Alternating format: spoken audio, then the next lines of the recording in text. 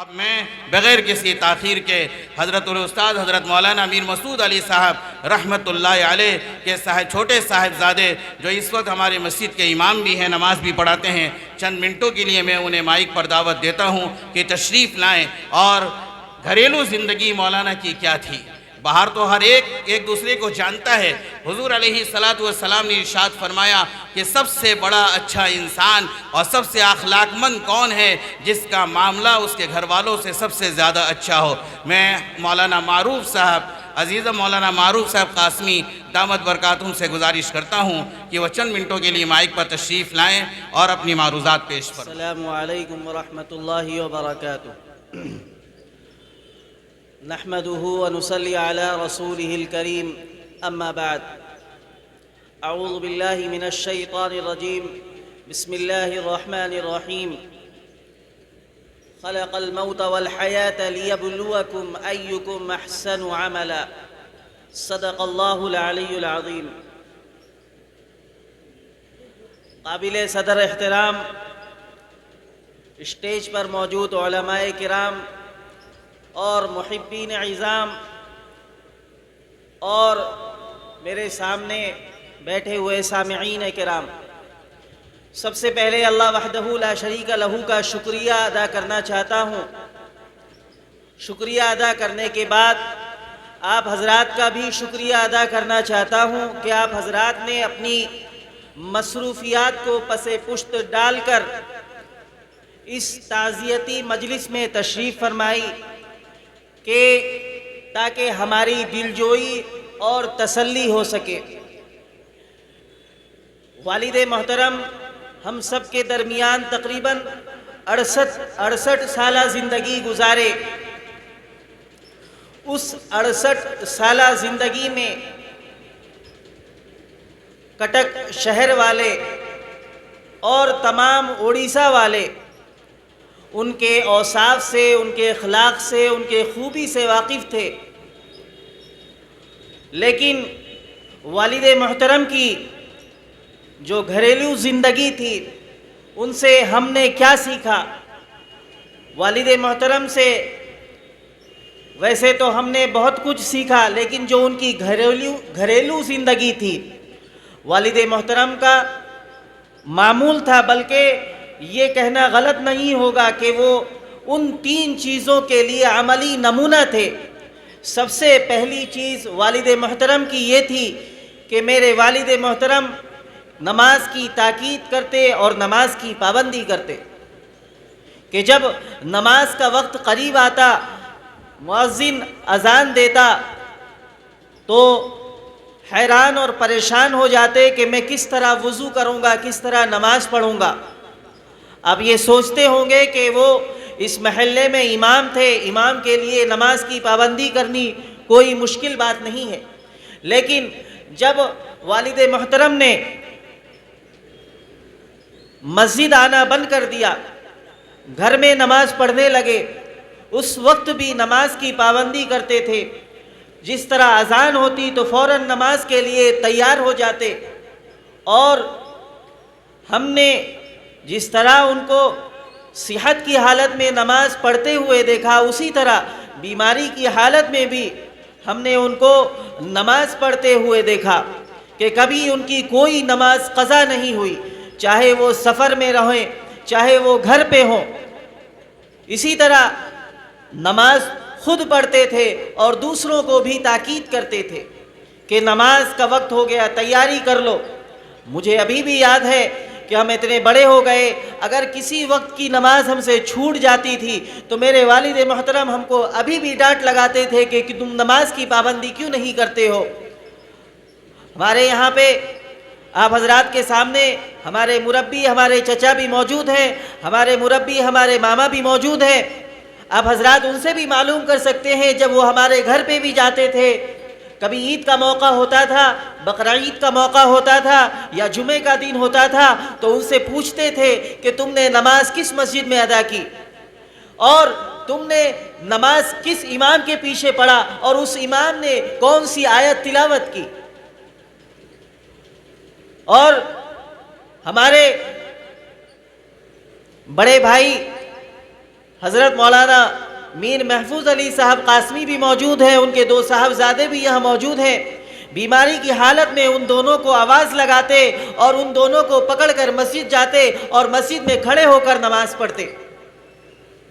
ہم نے بہت اصرار کیا، گھر والوں نے بھی اصرار کیا کہ آپ بیٹھ کر نماز پڑھیں، کہ انہوں نے یہ جواب دیا کہ جب تک میرے اندر ہمت ہے، جب تک میرے اندر قوت ہے، جب تک میرے اندر طاقت ہے، میں اللہ کے حضور میں سجدہ کرتا رہوں گا۔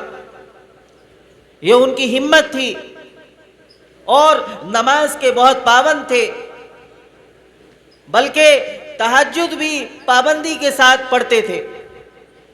تو پہلی چیز والد محترم کی یہ تھی کہ وہ نماز کی تاکید کرتے تھے اور نماز کی پابندی کرتے تھے۔ اسی طرح دوسری چیز والد محترم کی یہ تھی کہ وہ اپنے معاملات میں صفائی رکھتے تھے۔ اگر کسی کے ساتھ معاملات کرتے تو بہت احتیاط برتتے تھے کہ کہیں کسی کو تکلیف نہ ہو جائے۔ جس طرح معاملات میں بھی تھے اسی طرح معاشرت میں بھی، کہ گھر کے لوگوں سے کبھی اونچی آواز میں بات نہیں کرتے تھے۔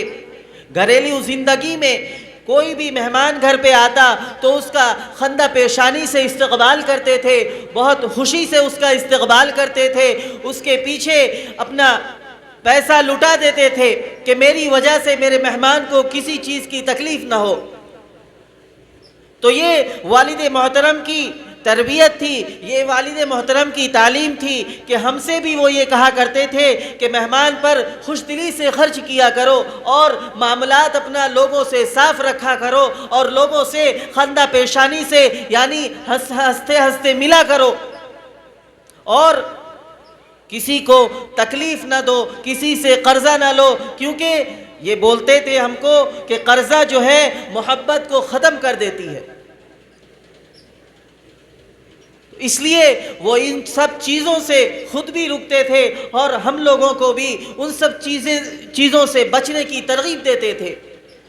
ہم تو ہمیشہ گھر پہ رہتے تھے، ہمارے جو چچا زاد بھائی ہیں، ماموزاد بھائی ہیں، ماموزاد بہن ہیں، چچا زاد بہن ہیں، جو بھی گھر پہ تشریف لاتے تو میرے والد صاحب ان کو ہمیشہ یہ چیز پوچھتے کہ تم نے نماز پڑھی کہ نہیں، تم نماز کی پابندی کرتے ہو یا نہیں، تم اپنے والد کی دیکھ ریکھ کرتے ہو یا نہیں، تم اپنے گھر پہ خرچ کرتے ہو یا نہیں۔ ساری چیزیں میرے محترم بزرگوں دوستوں والد محترم ہمیشہ پوچھتے رہتے تھے۔ اگر کوئی ان کا بھتیجا یا بھتیجی گھر پہ نہیں آتا تو میرے محترم بزرگوں دوستوں اس کے یہاں پہنچ جاتے اس کی خبر گیری کے لیے، کیوں ہمارے گھر اتنا دن ہو گیا آئے نہیں۔ اگر ان سے گھر پہنچنا مشکل ہوتا تو میرے محترم بزرگوں دوستوں فون سے ان سے رابطہ کرتے۔ تو یہ 2 چیزیں ہو گئیں، اور تیسری چیز ایک یہ تھی، معمول ان کا یہ تھا کہ قرآن شریف کو پابندی کے ساتھ ہر نماز کے بعد تھوڑا تھوڑا کر کے پڑھتے تھے، اور اس کی ترغیب بھی دلاتے تھے کہ آپ قرآن پاک کی تلاوت کرتے رہو، ہمیشہ خود بھی پڑھو اور بچوں کو بھی پڑھاؤ۔ بچے چھوٹے چھوٹے جب ان کے پاس سے گزر جاتے تھے تو ان کو بلا کر کچھ قرآن کی آیت پوچھتے، اگر کوئی نورانی قاعدہ پڑھتا ہے تو اس کو نورانی قاعدے کے بارے میں بولتے، اگر وہ غلط بتاتا تو اس کو ڈانٹتے، پھر واپس ہم لوگوں کو بھی بلا کر ڈانٹ دیتے کہ تم اپنے بچوں کو تربیت کیوں نہیں دیتے، ان کو دینی تعلیم کیوں نہیں دیتے۔ تو یہ میرے والد محترم کا 3 عملی نمونہ تھا۔ سب سے پہلی چیز والد محترم نماز کی تاکید اور نماز کی پابندی اور نماز کی تاکید فرماتے۔ دوسری چیز آپ اپنا معاملات صاف رکھتے۔ تیسری قرآن شریف کی تلاوت کرتے۔ آپ حضرات دعا فرمائیں کہ والد محترم جن چیزوں پر عمل کرتے تھے اللہ تبارک و تعالی ہمیں بھی ان سب چیزوں پر عمل کرنے کی توفیق نصیب فرمائے۔ اور والد محترم کی طرف سے اگر کسی کو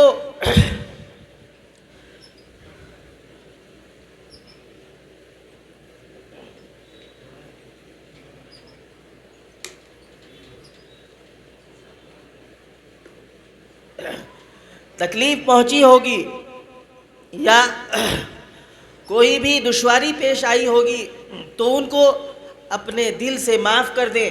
میں امید کرتا ہوں، بلکہ مجھے یہ یقین ہے کہ اللہ تبارک و تعالی انہیں اعلیٰ علیین میں اعلیٰ علیین کا درجہ عطا فرمائے اور اللہ تبارک و تعالیٰ ان کی مغفرت فرمائے۔ میں اس قابل نہیں کہ میں آپ حضرات کے سامنے کچھ بیان کروں۔ میرے مربی بھائی حضرت مولانا میر محفوظ علی صاحب قاسمی دامت برکاتہم کی اجازت سے میں یہاں بیٹھ گیا۔ اللہ تبارک و تعالیٰ نے میرے ذہن میں جو بات ڈالی میں آپ حضرات کے سامنے پیش کر دیا۔ تو اللہ تبارک و تعالیٰ کے سامنے آپ حضرات دعا فرمائیں کہ اللہ تبارک و تعالیٰ میرے والد محترم کی مغفرت فرمائے اور ان کو کروٹ کروٹ جنت نصیب فرمائے۔ آمین۔ وآخر دعوانا ان الحمد للہ رب العالمین۔